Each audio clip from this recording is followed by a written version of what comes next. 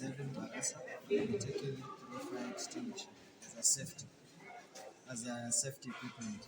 This is a dry powder fire extinguisher. It's used to extinguish class C of fires.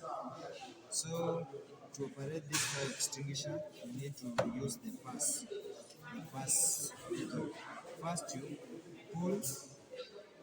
you pull the nozzle.